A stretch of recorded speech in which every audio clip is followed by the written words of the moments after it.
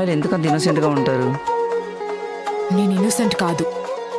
మరి నా కళ్ళకి దేనికి నువ్వు అంత ఇన్నోసెంట్గా కనిపిస్తావు?